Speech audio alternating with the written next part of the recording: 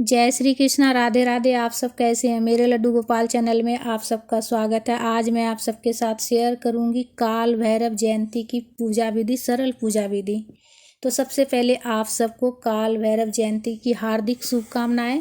तो सबसे पहले देखिए, पूजा की एक चौकी लगा लेंगे, उस पर आप लाल या पीले कपड़े का भी आसन दे सकते हैं। दोनों में से कोई भी रंग के कपड़े हो आप उसका आसन दे सकते हैं। और पूरे शिव परिवार की पूजा किया जाता है काल भैरव जयंती के दिन। और भैरव भगवान की अगर तस्वीर हो तो वो भी आप पूजा में रख कर पूजा कर सकते हैं, नहीं तो आप पूरे शिव परिवार की तस्वीर के रख कर आप पूजा कर सकते हैं। काल भैरव स्वरूप भोले बाबा की आप पूजा कर सकते हैं। और सबसे पहले दीपक प्रज्वलित करके जल का छिड़काव करके, गंगा जल और स्वच्छ जल मिलाकर गंगा जल का छिड़काव करके भाव स्नान करा लेंगे सभी भगवान जी को। उसके बाद रोली से चंदन से तिलक कर लेंगे। गणेश जी को, भोले बाबा को और माता पार्वती को सिंदूर लगाएंगे और दीपक का भी पूजा कर लेंगे। तो अगहन महीने में, अगहन मार्गशीर्ष महीने में अष्टमी तिथि को, कृष्ण पक्ष में अष्टमी तिथि को काल भैरव जयंती मनाया जाता है। तो भोले बाबा को पीला रंग का अगर वस्त्र हो तो पीले रंग का वस्त्र अर्पित करें, सफ़ेद हो तो सफ़ेद भी आप चढ़ा सकते हैं, सफ़ेद वस्त्र भी भोले बाबा को चढ़ा सकते हैं, या फिर पीला हो तो पीला भी चढ़ा सकते हैं। उसके बाद जनेऊ चढ़ाएंगे, भोले बाबा को जनेऊ अर्पित करेंगे।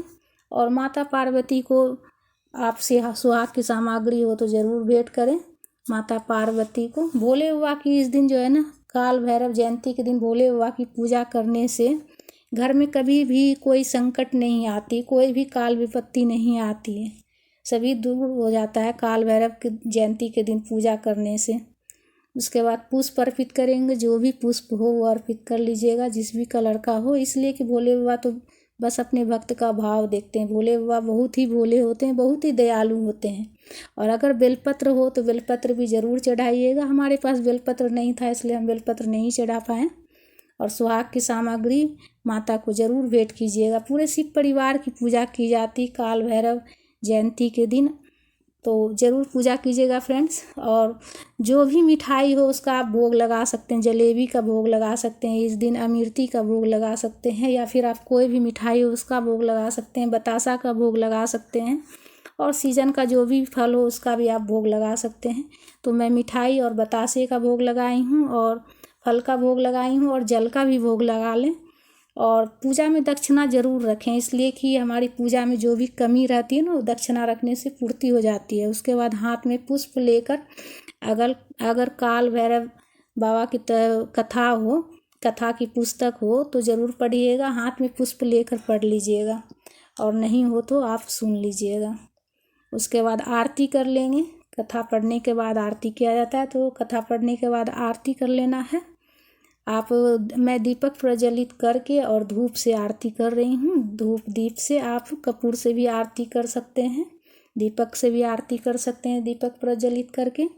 उसके बाद आरती करने के बाद हाथ में जल लेकर आचमनी ज़रूर करें। जब भी पूजा करें, पूजा करने के बाद, आरती करने के बाद हाथ में जल लेकर आचमनी ज़रूर करें। आचमनी करने के बाद ही पूजा पूर्ण होती है। उसके बाद प्रभु से क्षमा याचना ज़रूर करें, इसलिए कि हमारी पूजा में अगर कुछ भी गलती हो जाती है ना, तो उसके लिए प्रभु से क्षमा याचना ज़रूर करें कि हमारी पूजा में अगर कुछ भी गलती हो गई हो तो प्रभु क्षमा करना, और हमारी ये पूजा प्रेम पूर्वक स्वीकार करना प्रभु, और अपनी दया दृष्टि बनाए रखना। तो इस तरह से बिल्कुल सरल विधि से आप काल भैरव जयंती के दिन भोले बाबा की पूजा आप कर सकते हैं। तो फ्रेंड्स, हमारा वीडियो आप सबको कैसा लगा?